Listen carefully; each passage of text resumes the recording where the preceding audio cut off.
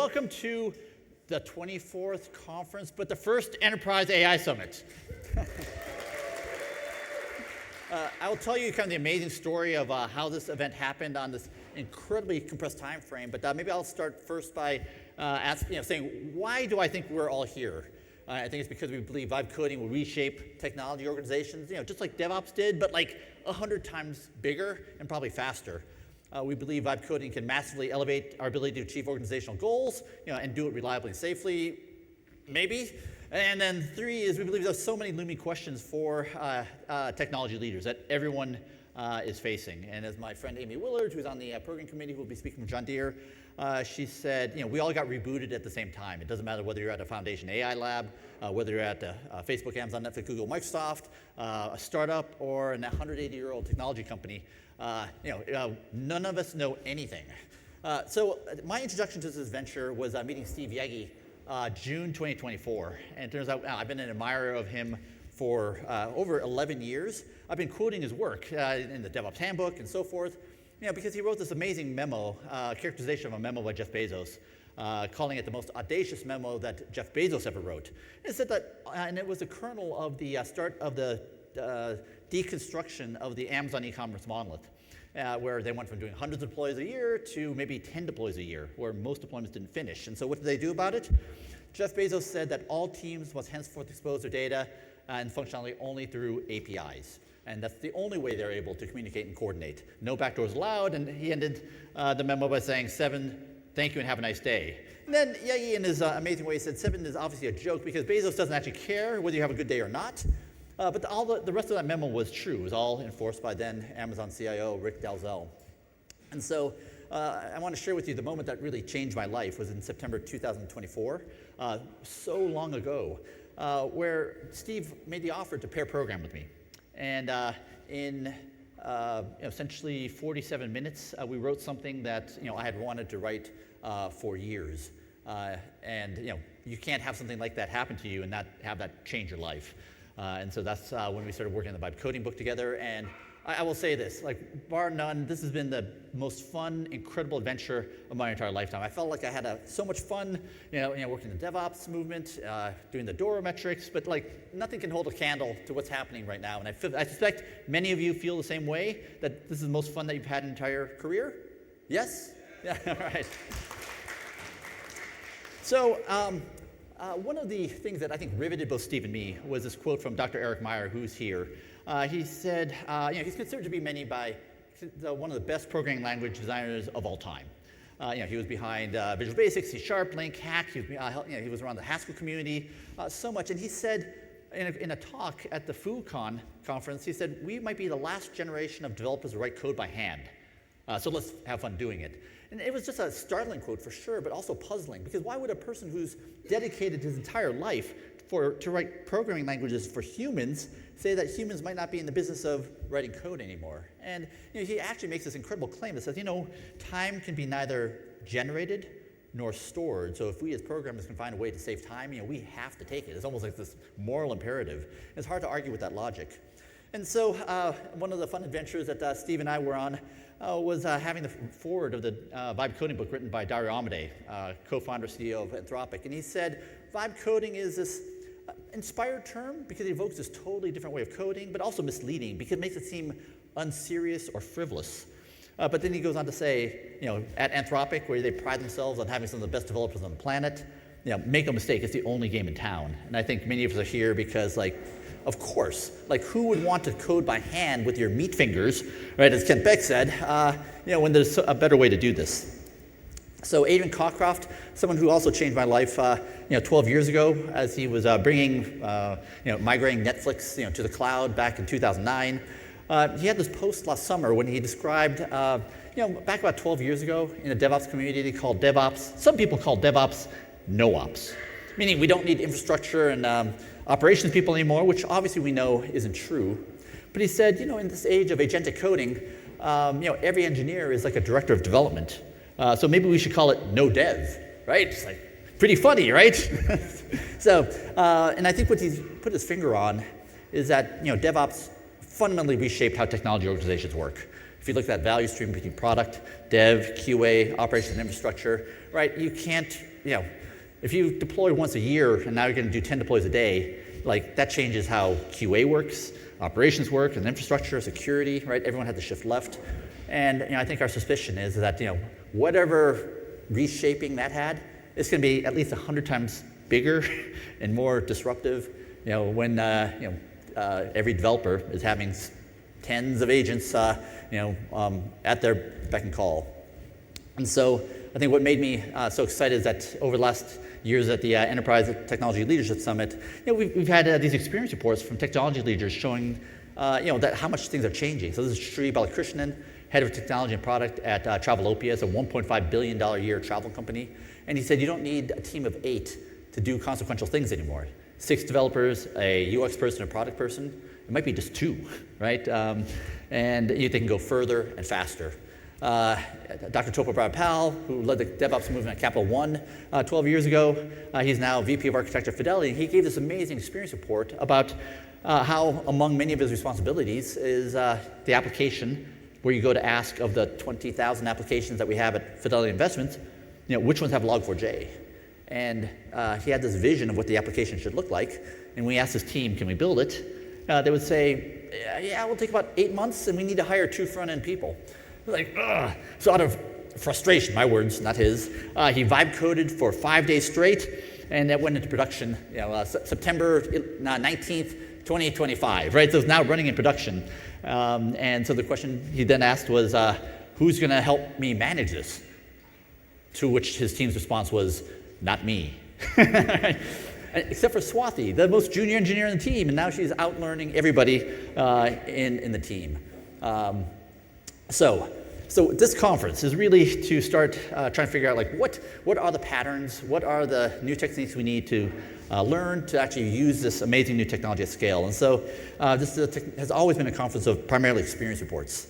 So experience reports always follow this form where leaders say, here's the organization, here's where I fit in, here's how we compete, here's my role, here's the business problem we set out to solve, here's where we started and why, what did we do, what are the outcomes that you should be able to replicate, who got value out of it, and why, and then here's the challenges that still remain. And the reason why I love that is that it really does follow kind of like the same structure as a scientific method, right? You're stating a hypothesis, you perform the experiment, right, that others can repeat, right, and potentially invalidate. And so the reason why I think this is so important is as leaders, we don't learn from having experts go on stage and telling you what they think you should do, right? You really want to hear from fellow leaders facing similar problems and hearing how they solve problems. So just in terms of how we got here, and then I think the feeling I'm hoping this experience invokes is when we did our first DevOps Enterprise Conference in 2014, the goal was really to show that DevOps could be done not at startups, not just at Facebook, Amazon, Netflix, Google's, and Microsoft's.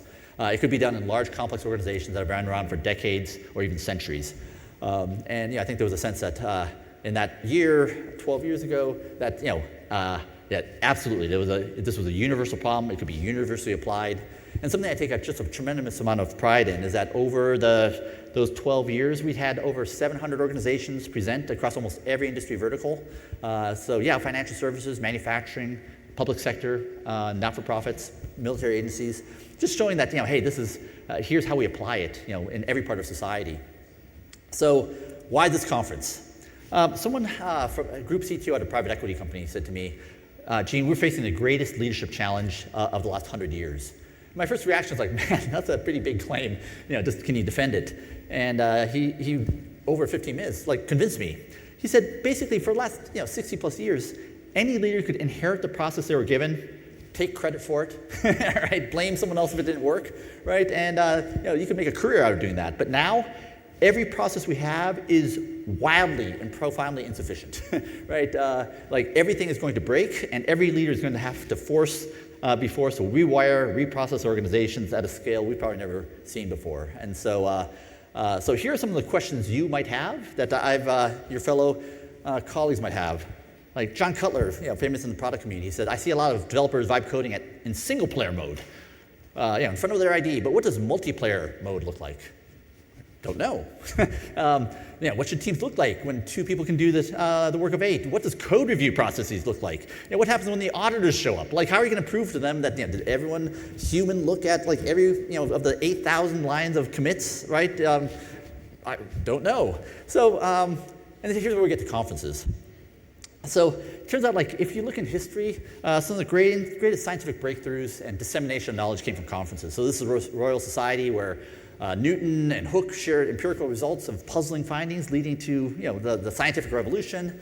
The Savoy Conference in 1927 is where Einstein hung out with Bohr, and they tried to figure out what became known as quantum, whatever, the theory of E equals MC squared, et cetera, et cetera. So we started doing this monthly AI forum where the goal was to assemble the most switched on people using AI, into anger, both ICs and technology leaders who are just trying to figure out how to use vibe coding to help their organizations win. And we've been doing this every month. It's been an amazing thing. And the problem is that we kept on adding speakers at a rate far higher than even a monthly forum could do. And so the thought was, okay, maybe, and can we wait till September to do a conference? And the answer we came up with was like profoundly no. And so my heartiest thanks to Ben Grinnell, Jeff Gallimore, Murray Kim and team, where we try to figure out how do we do smaller conferences more frequently, right? How could we put them not yearly, but even quarterly, or some people are going to faint when I say this, but monthly. How can we do that? And I'm so delighted that we have leaders from not just not startups, but large organizations have been around for centuries. Netflix, Block,